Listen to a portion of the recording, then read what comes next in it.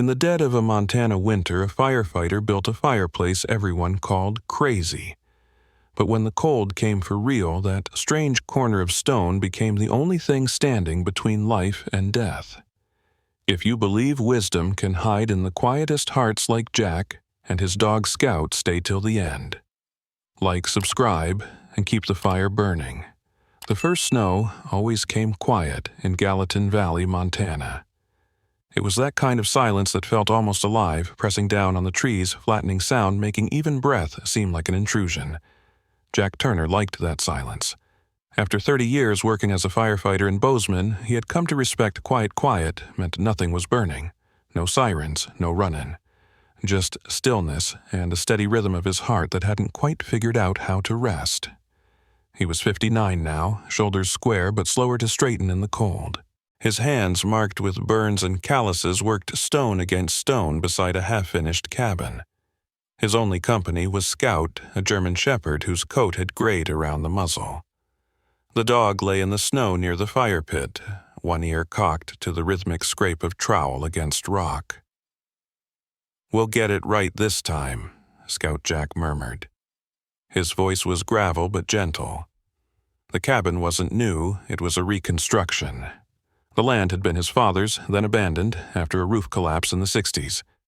But Jack had returned that summer with a plan that had made the locals shake their heads, a fireplace built not along the wall, but in the cabin's corner, angled at 45 degrees, extending deep into 2 walls lined with dense sandstone. That's not how you build a hearth, Jack the hardware store owner had told him. Heat don't like corners. Jack had only smiled, bought more mortar, and walked out. He wasn't trying to prove anyone wrong. He just knew walls held heat longer than air. He'd seen too many homes catch fire, too many people die because someone said, "That's how it's always been done." Scout had been with him for 6 winters now. They'd met after a wildfire near Red Lodge, a dog found wandering alone near the burnt perimeter paws, blistered from the heat. Jack had driven 40 miles back just to find him. Maybe because he saw himself in the animal scarred, still standing but unsure what for. The bond between them wasn't loud. It was quiet companionship, a language of movement.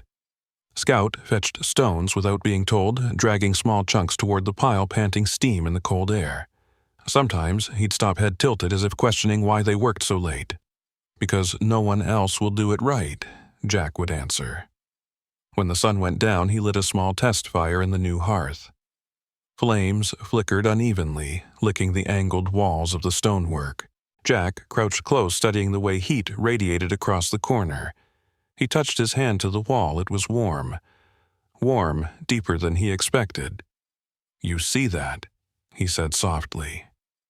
Scout stood, ears twitching, staring into the flames. Outside, the temperature had already fallen below 20 degrees, but inside the cabin the warmth spread evenly. Jack took a slow breath. "Might just keep us alive, boy." The next morning, 2 neighbors stopped by on snowmobiles.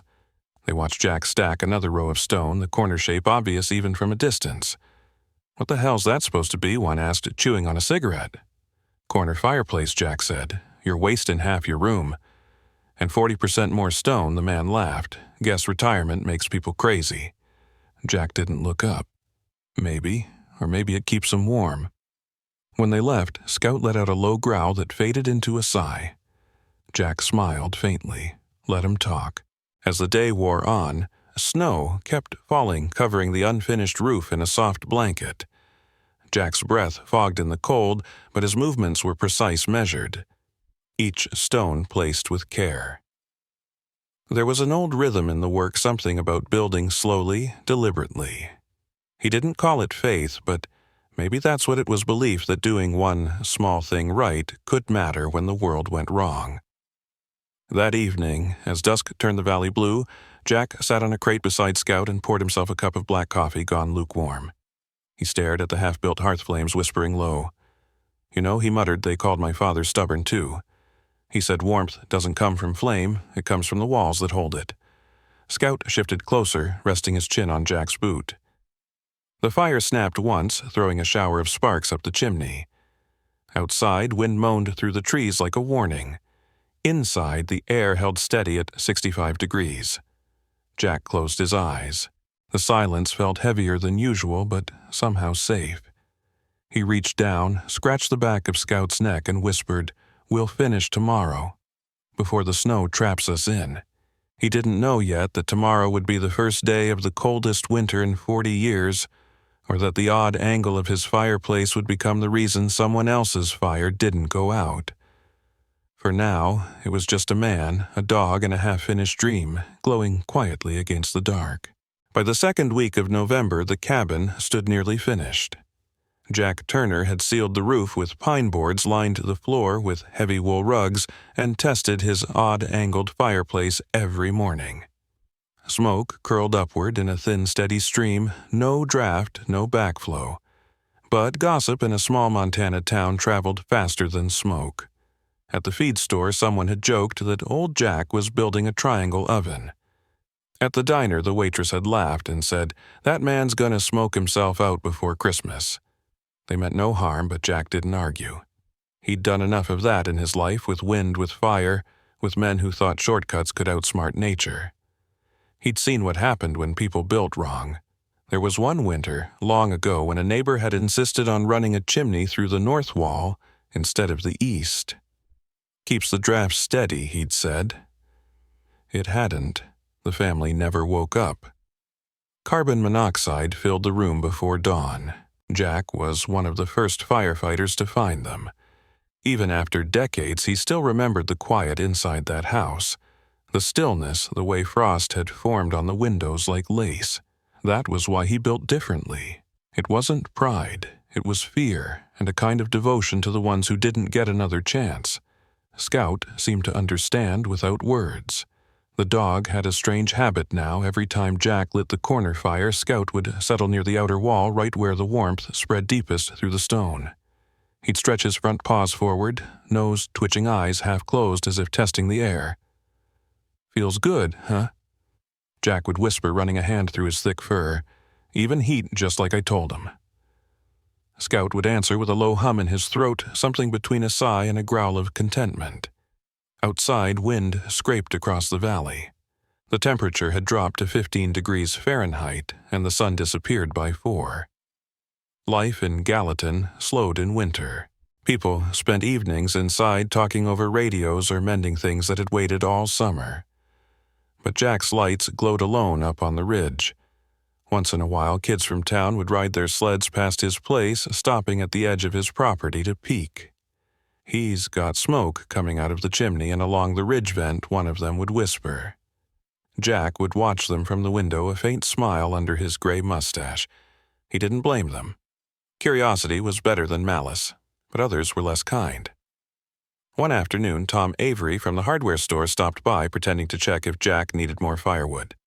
His tone carried that polite sharpness small towns used when they didn't quite trust someone. "Heard you built your chimney in a corner.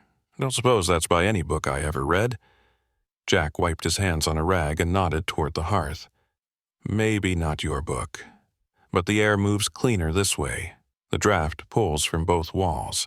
Avery chuckled, glancing at Scout, who was lying in his usual spot. "Guess the dog likes it fine.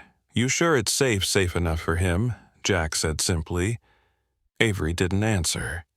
He looked around the small cabin, bare shelves, a single cot tools lined with careful precision, and something in his eyes softened before he muttered, "Well, keep warm, Jack." When the door shut, Jack leaned against the wall, listening to the fire hum. Scout lifted his head, sensing the tension, and patted over. Jack knelt, resting a hand on his neck. "It's fine, boy. They don't know any better." He didn't say it out loud, but a flicker of doubt passed through him anyway. He was sure about the angle, the draft, the way the walls absorbed heat. But what if they were right? What if he'd spent months chasing an idea that would fail the first time? The real cold hit Scout's steady breathing, eased that thought away. Later that night, Jack stepped outside to fetch more wood. The valley below shimmered under a pale moon smoke rising from half a dozen cabins. Each chimney puffed straight up, narrow and uncertain, while his own fire sent out a wider, steadier plume. The air around his roof glowed faintly orange. He took it as proof, though he didn't need to show anyone. Back inside, Scout followed close paws clicking on the wooden floor. The dog circled once, then lay down in his corner. Jack poured himself coffee gone cold, sat on the edge of his cot, and stared at the fire. It burned quietly, evenly, with a rhythm almost like breathing. You see, he whispered, they think warmth's just about fire, but it's about what holds it. Scout flicked his tail, once eyes heavy with sleep. Jack reached over, patting the wall beside the hearth. The stone was warm all the way through. A storm was coming. He could feel it in the dry air and the ache of his knuckles. He didn't know how bad it would get, or that soon people in town would stop laughing when the cold began to take things from them. For now, though it was just another quiet night in Montana, and a man who built wrong sitting beside the only thing that finally felt right. The snow came heavier that November than Jack Turner had expected. It wasn't just early, it was relentless, falling in thick sheets that blurred the pine line and erased the road down to town. Every morning, he rose before dawn, lit the corner fire, and watched the orange light spill across the cabin walls while Scout stretched beside him. The thermometer on the windowsill read 22 degrees Fahrenheit, and frost had begun creeping along the glass like veins. Jack took out his small notebook and wrote with a dull pencil, the handwriting square and careful. Corner holds warmth 12 hours longer than wall, he noted, then tapped the pencil twice as if to seal the thought in fact. The air inside the cabin was still. He moved room to room with his small mercury gauge, measuring temperature differences, muttering numbers under his breath. It wasn't an experiment for pride. It was habit, the same kind of discipline that had once kept him alive in burning buildings. Scout followed him from room to room, tail low but eyes alert, breathing slow and steady. Around mid-morning, Jack noticed the dog coughing a deep, raspy sound that echoed in the small space. "Easy, boy," he said, kneeling beside him. Scout's ribs moved sharply under his hand. He poured warm water into a bowl, mixed in a bit of honey, something an old vet had once told him for throat burn. "Just age," he murmured, though a thin worry threaded through his chest. The snow outside had blocked the trail to the highway. Even if he wanted to, he couldn't get Scout to the clinic until the plows came through. The thought lingered as he looked at the dog resting beside the hearth, the steady breathing slowing back into calm. The fire crackled the walls, radiated their steady warmth, and Jack sat back in his chair staring into the glow as if to draw patience from it. He had built this place for winters like this to hold steady when everything else outside fell silent. By noon, the snowfall had thickened and the wind came down the valley like a low whistle. Jack checked the woodpile, then pulled on his coat to shovel a path to the shed. The snow rose past his knees, biting cold through denim. At the edge of his property, a truck had stopped new folks, he guessed. Two people waved from the cab faces, half hidden by scarves. When he got closer, he recognized them from town, a young couple who'd moved into the old Whitmore place a mile down. The man stepped out, cheeks red from the cold. "Sir, sorry to bother you," he said, voice half lost in the wind. "Our heater's out. Gas line froze, I think. Do you know anyone who can fix it?" Jack studied their truck tires, half buried in snow. "Not until the road's clear," he said evenly. "You got wood?" "Not much," the man admitted. "We weren't planning for it to hit this early." Jack glanced at Scout, who was watching from the porch, then back at the couple. He walked to his shed, pulled out a few split logs, and carried them to the truck bed. "Here," he said, "burn slow, not fast. Fast burns out." The woman smiled nervously. "We'll try that. We have a newborn at home." She had that polite tone people used when they thought you meant well, but weren't sure if you were right. Jack nodded once. "You'll stay warmer that way." They thanked him, though he saw a trace of amusement in their eyes, the kind of look young people gave old men who measured warmth by instinct instead of machines. When they drove off, Scout let out a soft bark, the kind that sounded half like laughter, half like warning. Jack rubbed his gloved hand over the dog's head. "They'll learn," he said quietly. The wind picked up whirling snow into brief, blinding gusts. Inside again, Jack set the kettle on the stove, listening to the steady rhythm of the fire. Scout lay close to the hearth paws, stretched toward the stone. Every so often he coughed softly, then sighed, settling back into the heat. Jack sat beside him, eyes on the flickering light that played across the rough walls. He thought about the young couple in that drafty old house, wondered if they'd figured out how to seal their vents, or if they'd wake up to frost on the inside of the windows. He pictured it like scenes he'd seen before, small signs people missed before tragedy arrived and hoped they'd last the night. Scout shifted, resting his head on Jack's boot, and the old man leaned forward, placing his palm against the stone wall again. It was warm, steady, alive in a way that reminded him of heartbeats. Outside, the snow deepened, erasing the last tracks from the road. He made one more note in his book before setting it aside: heat, steady wind, stronger fire holds. He looked at Scout and whispered, "Just a few more months, boy. We'll make it through." Scout's tail moved once against the rug, a tired but certain sound. The night would come earlier than usual, and the firelight would be the only pulse left in the valley.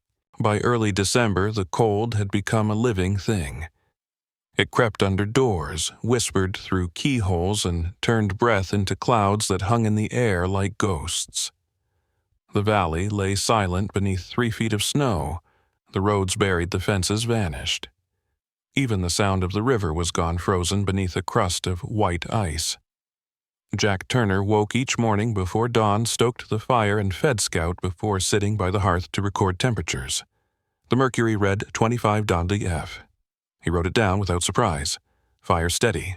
Warmth holds. He watched the flame bend toward the angled walls, its reflection rippling across the stone like an echo. Scout rested close to the hearth nose, twitching in sleep, his breathing uneven. Every so often, the dog coughed, a deep, hoarse sound that made Jack wince. "You hang in there, boy," he said softly. "We're almost through the worst." Outside, the world seemed to have stopped. No trucks passed on the road, no voices carried from the town. The snow on the roof groaned under its own weight, and icicles hung from the eaves like frozen teeth. Jack spent most of his days tending the fire and rationing the woodpile. Each log was measured, placed carefully, nothing wasted. The angled fireplace was working better than even he had hoped. The walls radiated warmth long after the fire burned low. When he touched them, the stone still felt alive beneath his palm like a quiet promise. But it was the kind of winter that tested even promises. One night, close to Christmas, Scout began pacing near the door, tail stiff, nose high. Jack looked up from his chair. "What is it?" The dog whined, scratched the door once, then trotted to the window. Jack followed, frowning. The air outside was still no movement, but snow drifting through the moonlight. Scout pressed his nose to the gap under the door and gave a short bark. Then Jack caught it close to the house, a heavy mercaptan odor, sharp and wrong. Gas. He pulled on his coat and hat, grabbed the flashlight, and stepped into the cold. The air hit like a blade cutting through his lungs, but he kept moving. Scout led the way, paws crunching through the snow, nose low to the ground. The smell grew stronger as they reached the old Whitmore house, the young couple's place. The windows were dark, but light flickered faintly from inside, dull and yellow. Jack pounded on the door, shouting their names. No answer. He tried again, harder. Finally, the man appeared, face pale and dazed, a hand gripping the frame. "We're fine," he started, but Jack pushed past him. "You're not fine. Shut off your heater now." He followed the smell to the back room, found the gas line hissing softly where the pipe met the wall. His gloves slipped on the cold metal, but he forced the valve closed, listening as the noise stopped. The silence that followed felt heavy, too heavy. He turned to find the couple staring, the woman clutching a blanket. Cut the gas first. Crack the window 2 minutes, then rewarm slow. They obeyed, trembling. Scout stood near the door, coughing from the fumes, but still alert. Jack checked his gums and breathing rate before leading him back towards the clean air. "You almost didn't wake up, Jack," said voice calm but rough. "That line's cracked. You'll need to get it replaced when the thaw comes." The man nodded, swallowing hard. "We didn't smell anything. You might not smell carbon monoxide at all. It's odorless. The gas leak has a smell, but CO does not. Get a CO and gas alarm installed, and don't trust your nose." Jack rubbed his hands together, the cold sinking deep into his fingers. He looked down at Scout, who sneezed, eyes watering. "You did good, boy," he murmured. The couple thanked him as he left, though their voices sounded distant, almost embarrassed. The next day, word spread through town that the old man on the ridge had found the leak before it killed anyone. The story changed in the telling. Some said the dog had started barking by luck. Others said Jack had been wandering because he couldn't sleep. Old Jack just got lucky, someone muttered at the diner. Jack didn't mind. He hadn't done it for them. That evening, he sat beside the fire notebook on his knee, Scout lying against his leg. The dog's cough had worsened short bursts that left him trembling. Jack wiped the discharge from his muzzle with a rag, whispering words that were half comfort, half apology. "Should have left you inside," he said. Scout lifted his head, resting it on Jack's lap-tail, thumping weakly. The fire's glow danced across the room, painting everything in amber. Outside, the temperature fell lower still, and the snow began again, slow and steady, as if the sky had forgotten how to stop. Jack poured another cup of coffee and stared at the window where frost had drawn intricate shapes like fragile feathers. The air smelled faintly of pine and ash. He took a long breath, looked at Scout, and said quietly, "Luck's a funny thing. Sometimes it just means you stayed alive long enough to do one more good thing." The dog's eyes half closed in response, body curled tighter against the heat.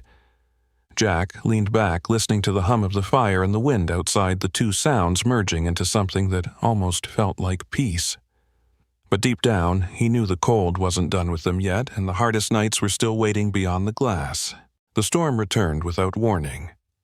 One moment the valley lay under a calm, pale sky, and the next wind came rolling down from the mountains like a freight train. It slammed into the cabin walls, howling through the chimney, shaking snow loose from the roof in thick waves. Jack Turner woke to the sound of glass shattering. The window above his cot had cracked a clean diagonal split, followed by a rush of frozen air that bit into his skin. He pulled on his coat boots, half-laced, and stumbled toward the window. The cold hit him full in the face, raw and merciless. Outside, the sky had turned the color of steel snow, whipping sideways like dust in a storm. The fire flickered low behind him, fighting for breath. Scout barked once, sharp and worried, then pressed himself against the door as Jack grabbed a wooden board and hammer. "Stay," Jack ordered, though his voice was lost to the wind. He forced the door open, the gust nearly knocking him off balance. Snow burst into the room, coating the floor in white. He stepped outside, each breath cutting like shards of glass. The cold was so fierce it felt solid, pressing against him with weight. He climbed onto the small ledge under the window, holding the board in place, while his numb hands searched for the nails. The hammer slipped twice before he managed to drive one in. Another gust hit, scattering the loose snow across his face. He could barely see. Inside, Scout barked again, louder this time, claws scraping the floor. "Stay there, boy," Jack shouted. But Scout didn't. The dog lunged forward as the door banged open again, paws skidding on the icy porch. In 1 second, he was outside, fighting the wind, trying to reach Jack. The next, his back paw caught a patch of ice near the edge of the step, and he went down hard. Jack heard the yelp before he saw it. Scout. He dropped the hammer, leapt down, and found the dog struggling to stand, one hind leg twisted beneath him. Snow clung to his fur, melting in patches from body heat. Jack knelt, heart pounding in his throat, hands trembling as he checked the leg. Scout whimpered, pressing his muzzle into Jack's sleeve. The joint was swollen, not broken, but bad enough to make walking impossible. "Easy now," Jack whispered, scooping the 70-pound dog into his arms. The weight strained his back, but adrenaline carried him through the doorway, slamming it shut against the storm. Inside, the room looked smaller than ever, the fire guttering snow piled by the threshold. Jack laid Scout on a blanket near the hearth, breath-ragged hands shaking so hard he nearly dropped the kettle when he filled it from the pot. He set it on the stove, waited until the water steamed, then soaked a towel and wrung it out. The smell of smoke and wet fur filled the air. He worked slowly, carefully cleaning the wound, whispering to keep the dog calm. "You're all right, boy. Just a bad fall."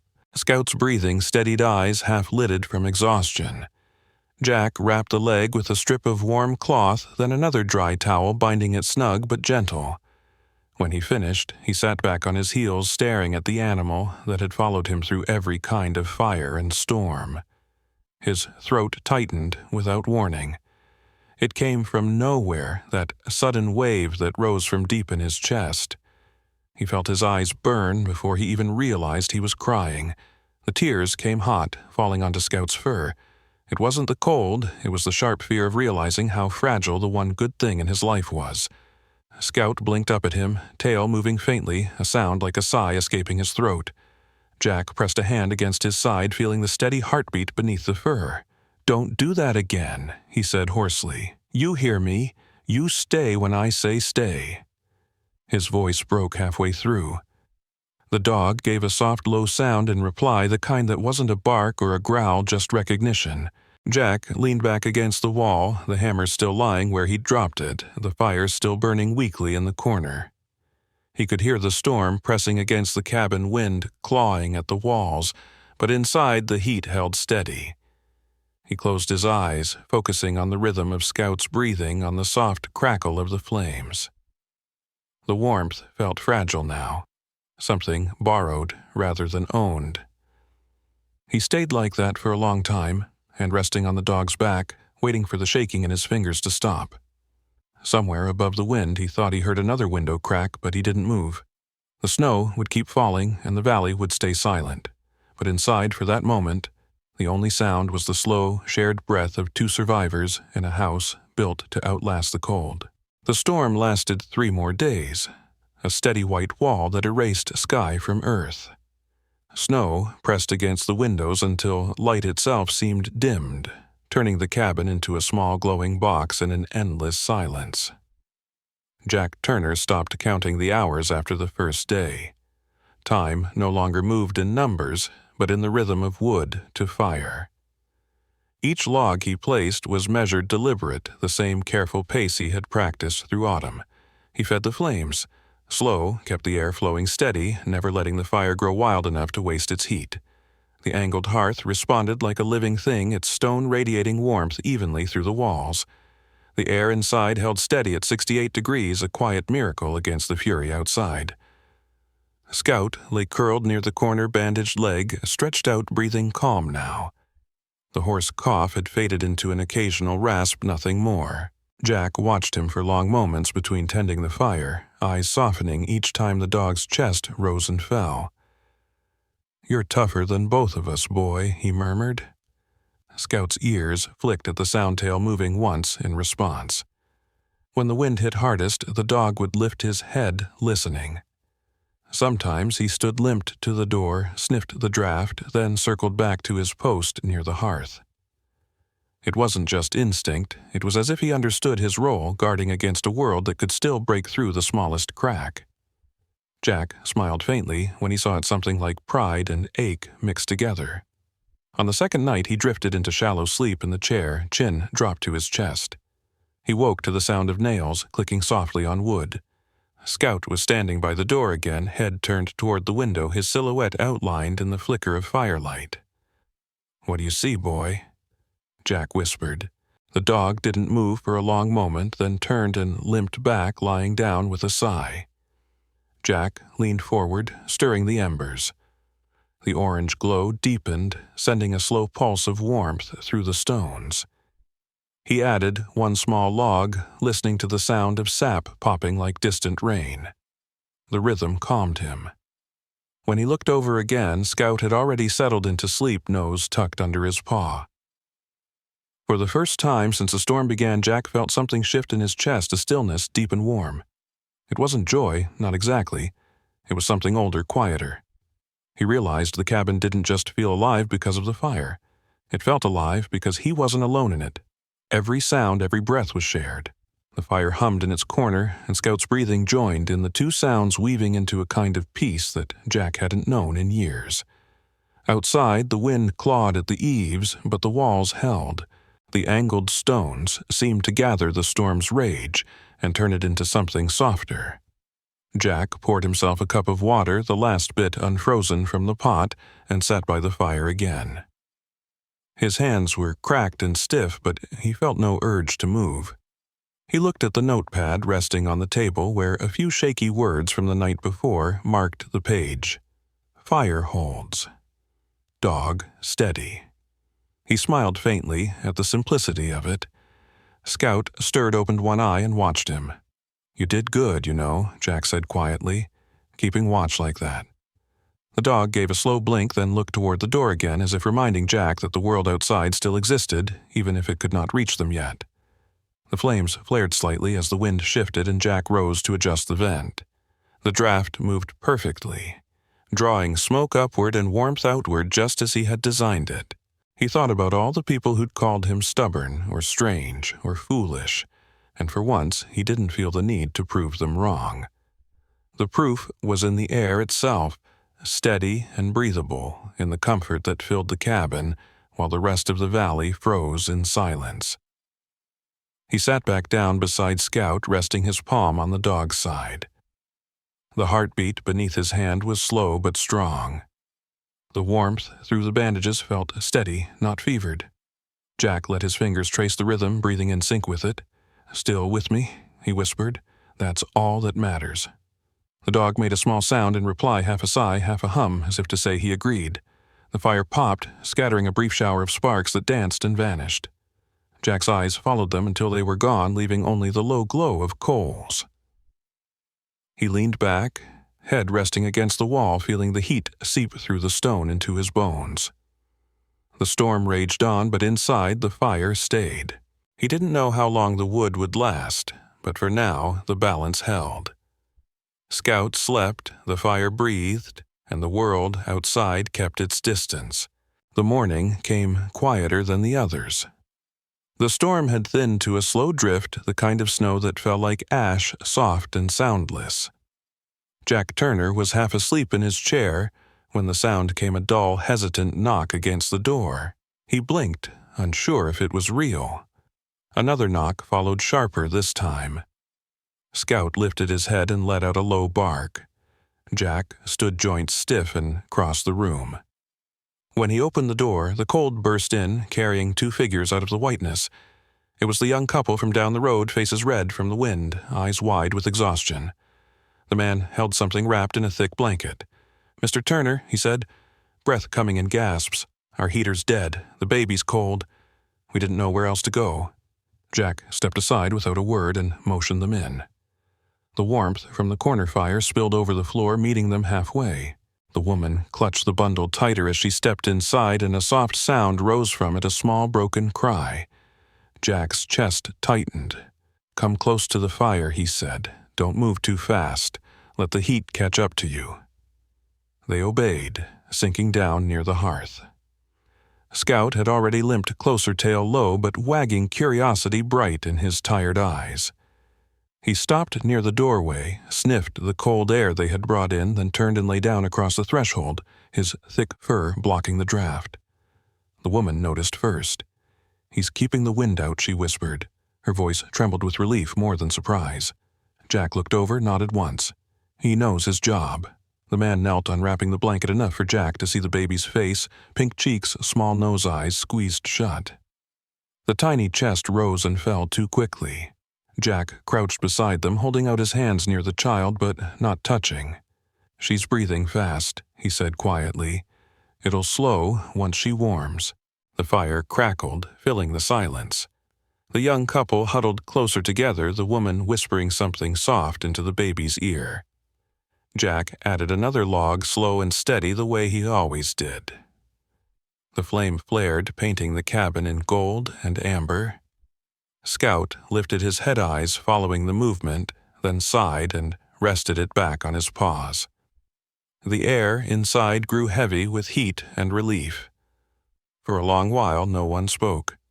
The only sounds were the wind dying outside and the faint whimper of the baby as her breathing evened out. Jack sat back in his chair, watching the firelight flicker against the faces before him. It had been years since there were others in this room. Years since any sound but his own voice and the quiet shuffle of paws filled the air. The baby stirred a small fist, breaking free of the blanket. Jack felt something in his chest give way, a crack in a wall he hadn't realized he'd built. The memory came without warning, his wife Marianne sitting by a fire much like this one, her hands cradling their infant son. The sound of her humming. The way the room had felt whole.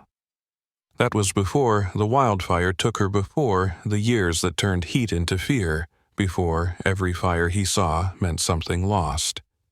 Jack blinked hard, staring into the flames until the image faded. The baby made a small cooing sound, and the woman smiled through her tears. "She likes the warmth," she said softly. Jack nodded. "Fire's steady here. It doesn't rush." The man looked up, the exhaustion easing from his face. "You saved us twice now, Mr. Turner." Jack shook his head. "Just lucky." But his voice lacked conviction. He glanced toward Scout, who was dozing near the door, body curved like a shield. The fur along his back shimmered in the firelight. "That dog of yours," the woman whispered, "he's something special." "He's family," Jack said simply. The words surprised him with how natural they felt.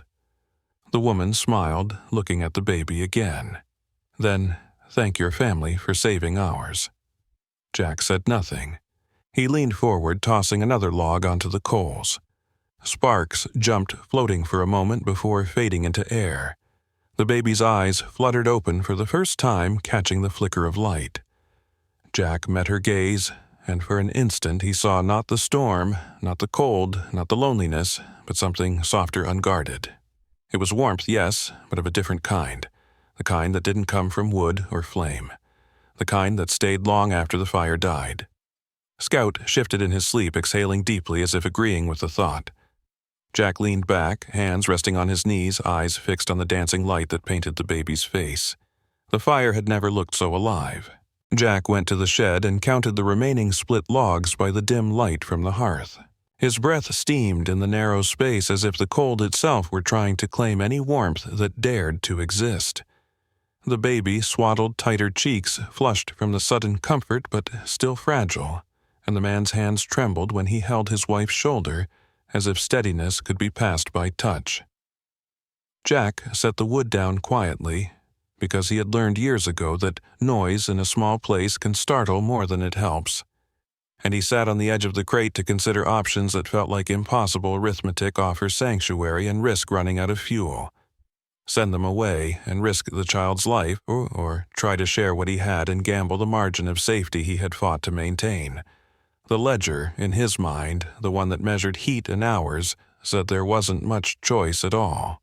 And yet his ribs tightened, thinking of telling a mother to leave her newborn in the dark when the wind outside could hollow a human being in a night. "How long?" the man asked, voice small. Jack looked at Scout, whose eyes followed the exchange with a slow, knowing gaze. The dog limped forward now and nosed the blanket where the baby slept, then turned and lay down so that his thick flank was between the baby and the open doorway, his body a living draft shield. And Jack felt something shift inside him that was not calculation, but instinct, the easy kind older than plans. He divided the wood into 3 roughly equal piles on the floor by the hearth bench, one for night, one for the pre-dawn hours, and one for the daytime recharge of the stone mass, stacking them with hands that did not tremble but moved with a steady deliberation earned from years of tending unpredictable flames. Then he met the couple's eyes and said, "We'll burn slow. We'll all stay alive." The woman swallowed and let out a breath that might have been a laugh or a sob. The man's jaw unclenched a degree, as if a sudden small mercy had dropped into their lap, and Scout's tail thumped once against the rug like an affirmation.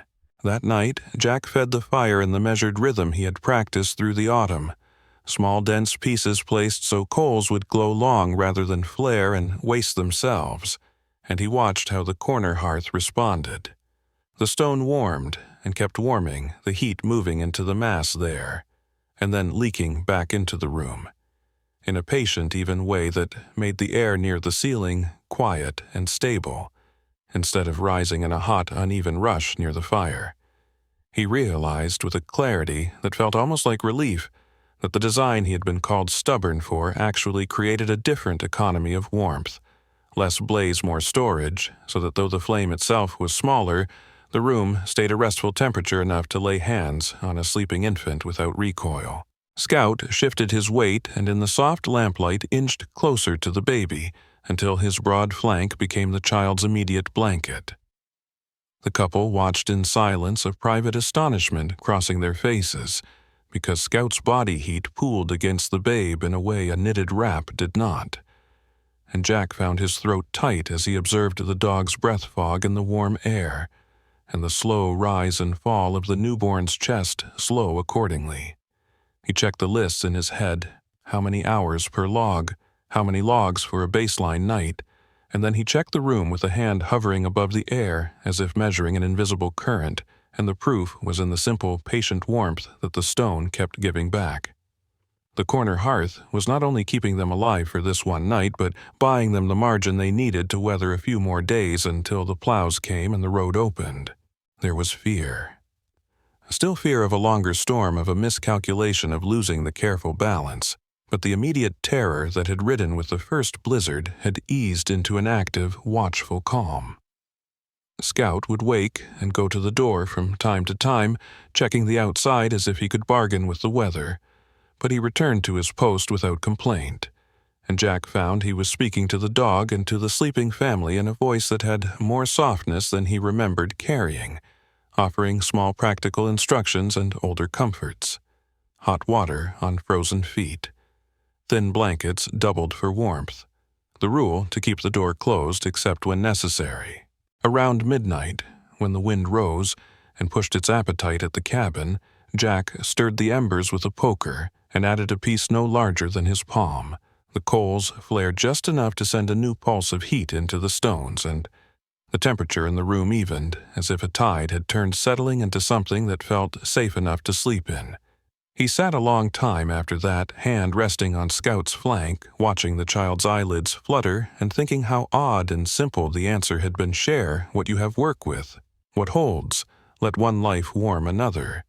And he understood with the slow gratitude that had the shape of resignation and hope, together, that they might make it through these days if they kept the rhythm and if nobody panicked and wasted what the little they owned. Outside, the wind sharpened and the night stretched, and Jack listened for the sound of any change ready to act if it came. On the fifth morning, something subtle changed in the air, a hush that felt different from the silence of snow. Jack Turner stirred in his chair before the fire, noticing the faint shimmer of light edging around the window frame. The storm had stopped. He rose slowly, joints stiff but mind alert, and crossed the small cabin where Scout slept, curled near the baby, the dog's chest rising with slow, deliberate breaths. The woman stirred beside her husband, her hand instinctively reaching to check the infant's warmth. The baby was still asleep, cheeks pink, tiny fingers twitching in some peaceful dream. Jack stood by the door for a long moment before unbolting it. The hinges creaked, protesting, and then the door opened onto a world that glittered white under the pale gold of sunrise. The valley lay hushed, buried, but shining smoke rising straight and thin from distant chimneys, signs of life after too many days of silence. Jack stepped out onto the porch, snow crunching under his boots. The air hit him clean and sharp, like water from a cold spring, and for the first time in weeks he breathed deeply, unhurried. The breath burned his lungs in the best way, like proof that they were still his to use. He looked toward the distant road now, just a pale suggestion beneath the crust of ice, and thought he could almost see the faint movement of plows far off near the ridgeline.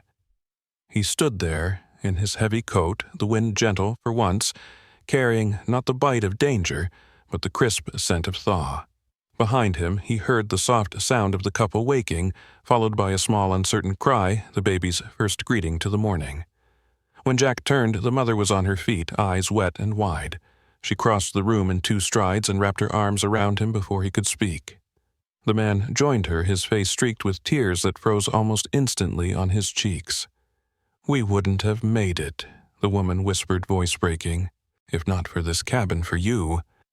Her sentence faltered into quiet sobs. Jack stood still, caught off guard, then rested a careful hand on her shoulder. "It wasn't me," he said softly. "It was the fire. And a bit of luck. But inside he knew it was more than that. It was the slow-burning rhythm he had built his life around, the patience of stone, the steady warmth that refused to give up." Scout's low bark cut through the moment, a sound rough but alive. They all turned. The dog was standing now, his injured leg stiff but holding eyes cloudy yet focused.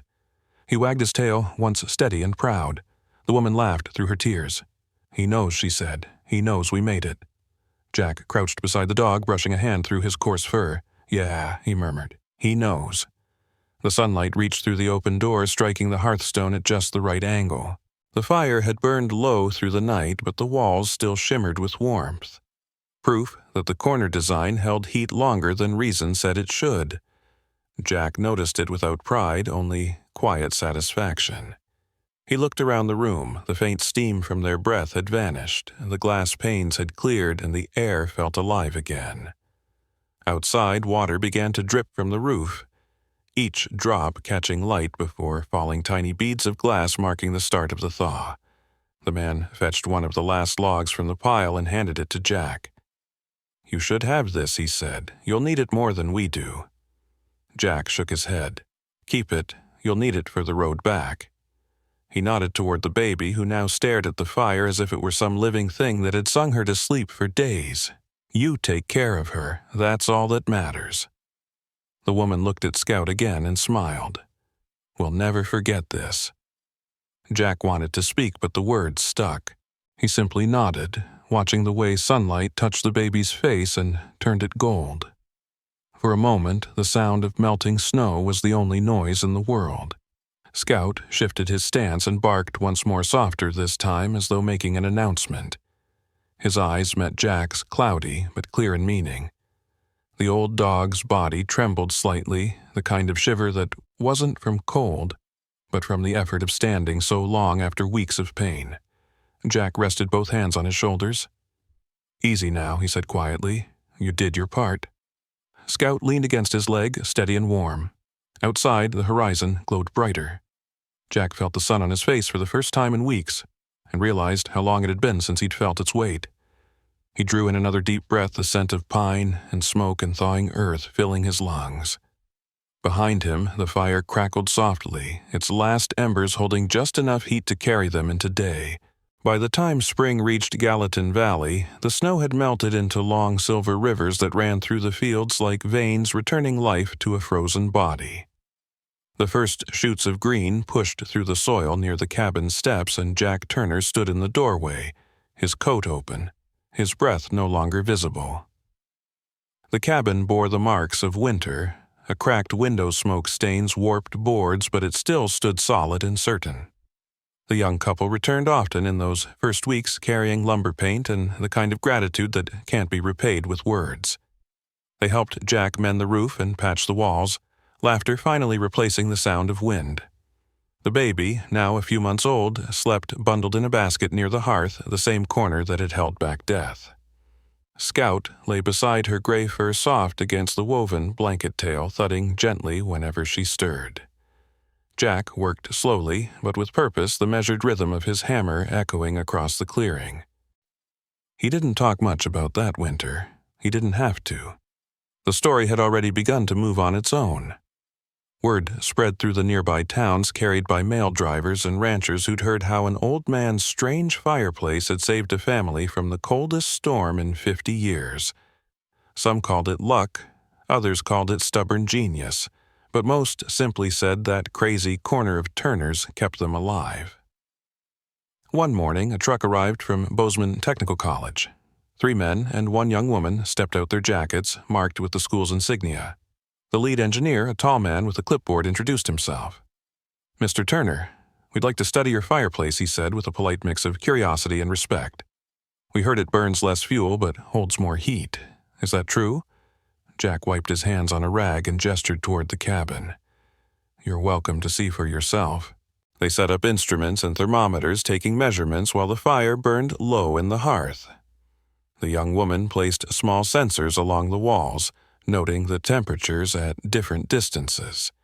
She looked up after a few minutes, surprised. "The readings are holding steady," she said. "The heat isn't dropping even with a smaller flame." The older engineer nodded, frowning thoughtfully. They recorded numbers for hours, then compared them to data from standard wall-mounted fireplaces in the region. By late afternoon, the results were clear. Mr. Turner, the lead engineer, said almost reluctant to sound impressed, "Your corner design maintained room temperatures about 18 degrees Fahrenheit, higher than comparable cabins while using roughly 40% less firewood consistent with the 65-68 degrees Fahrenheit you held during the storm with slow, steady firing." "That's remarkable." Jack smiled faintly. "It's just stone doing what stone knows how to do." The younger engineer laughed softly, "And a builder who knew where to place it." Scout, who had been dozing near the hearth through the whole process, opened one eye and shifted closer to the warm wall. The young woman knelt beside him, resting a hand lightly on his back. "Looks like even the dog knew where the warm spot was," she said with a grin. Jack's eyes followed hers toward the corner. "He always did," he replied. His voice was calm, but something inside it carried weight, a kind of quiet pride laced with memory. The engineers finished their measurements and promised to send him a report. As they packed up, the lead man said, "We'd like to build a model of this design, if that's all right with you. It could be useful, especially for families out here." Jack nodded. "If it keeps people warm, use it." They thanked him and left their truck disappearing down the muddy road as the sun began to sink behind the mountains. The valley glowed gold, the same color as the firelight that had once been their only illumination. Jack returned inside, poured himself a cup of coffee, and sat in his old chair. The cabin felt lighter now, the air filled with the smell of pine sap and spring thaw.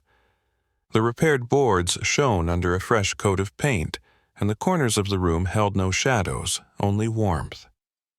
Scout lay by the hearth, chin resting on his paws, eyes half closed.